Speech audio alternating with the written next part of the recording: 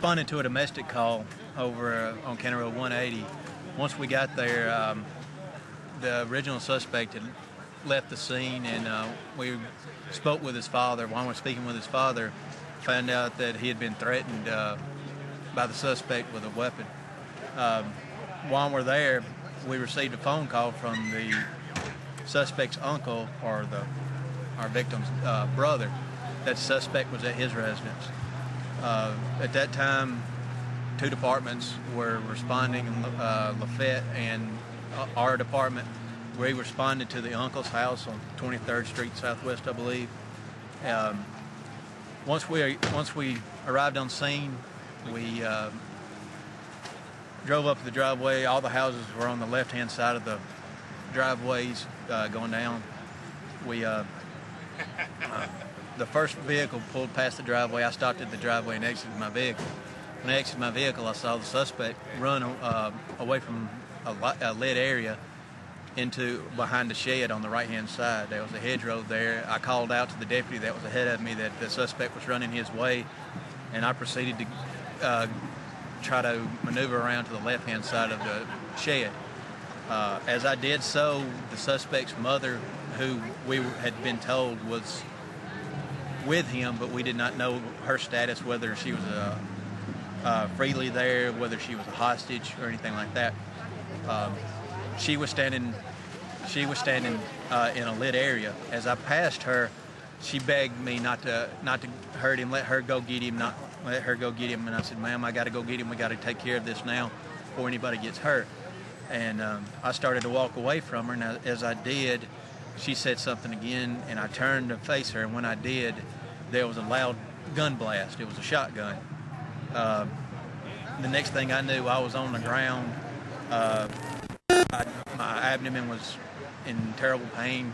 I felt just below my vest, and I could feel an exit wound in my stomach, and I knew I'd been shot with a shotgun with a large. I felt it was a slug, and that's what I yelled to the other deputies. They started trying to. We didn't know where he was at. It was dark where he was at. I pulled my weapon to where he, and I fired several rounds downrange to suppress him so he wouldn't be able to take another shot at me. I screamed, yelled for help. After maybe a minute or so, the sheriff drove my patrol car with Tony Easton, Lewis Hill, Matt Blackstone covering, and Tommy High was at a different position, at a different angle covering their approach. My leg had gone numb from the wound. My right leg had gone numb from the wound. So Tony, they drove up beside me. The sheriff exited the front of the car, and Tony come up beside me, and they got the back door open. And Tony told me, "We're gonna get you to the hospital. We're gonna get you help. We're gonna get you help." And I said, help me get on my knees, and I'll be able to help get in the car.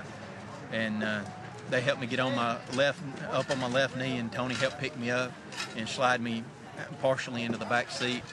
Lewis Hill at that time opened the other side, the passenger side back seat, and was able to grab me and drag me into the back seat of the car. The doors slammed, sheriff jumped in the car, and off we went. They backed out and to the hospital. They called ahead, said we would come to the hospital. We pulled up in front, and Lanier's ER staff immediately swarmed the car. They got me on a stretcher, and once they got me on a stretcher, they got me inside in one of the trauma rooms and immediately went to work on me. And they did a fantastic job getting me stabilized and prepping me for surgery. I work night shift a lot, so I'm familiar with a lot of the staff at the ER, because we go up and we have to deal with situations together a lot. And just from personal knowledge, I know a lot of the OR staff, and they did a great job once I got upstairs. And the next thing I know, I'm waking up in the recovery and getting moved to the ICU unit, where they took good care of me. And the support that I got from law enforcement in this area was incredible.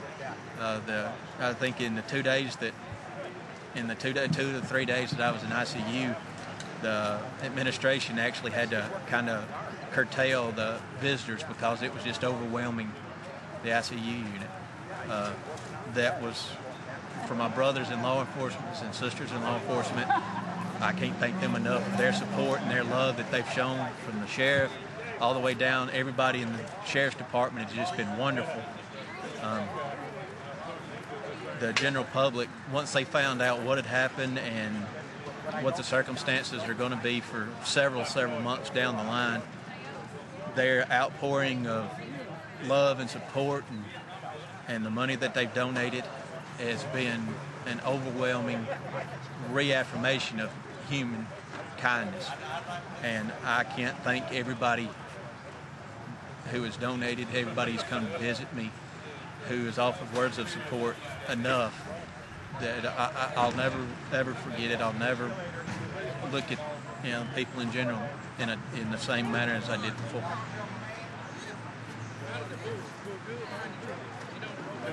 Is there anything you want to say about the hamburger cooking today? Hey there. When I pulled up and I saw all the people that were here, it was just amazing. Everybody that's here, I love them. I've worked with them, I've answered calls with them. There's no telling what all the interaction has been, but everybody's here to show support for me and for the law enforcement in general. And you can't ask for a better family to live with and to work with than these people that I work with and live with. She's been my rock. She's been there the whole time, and the things that I didn't think she would do, she does. I mean, it's amazing. And she's there every day. She's packing my wound twice a day, and I don't know if I could do it because it's a large wound on my stomach. And anything that I've asked for of her, she's done. A lot of things I hadn't asked of her, she's gone ahead and taken care of, and I love her to death. I can't say that any more than I just love her. I wouldn't know what I'd done without her. What about your recovery? How are you recovering? I'm actually it's going good. I feel 100% stronger than I did the first couple of days I was in ICU. I feel better each day, a little better and a little better. The bruising's starting to go away. I can actually feel the wound healing, so it's getting better. The nerve damage that I suffered in my leg is starting to dissipate, and it's starting to fire up, and it's hurting, but it's getting better. And as long as there's pain there, I'm doing good. We're looking at making sure that there's nothing wrong with the actual structural elements of the knee now. And once that is situated, we're going to be getting ready to go back to work.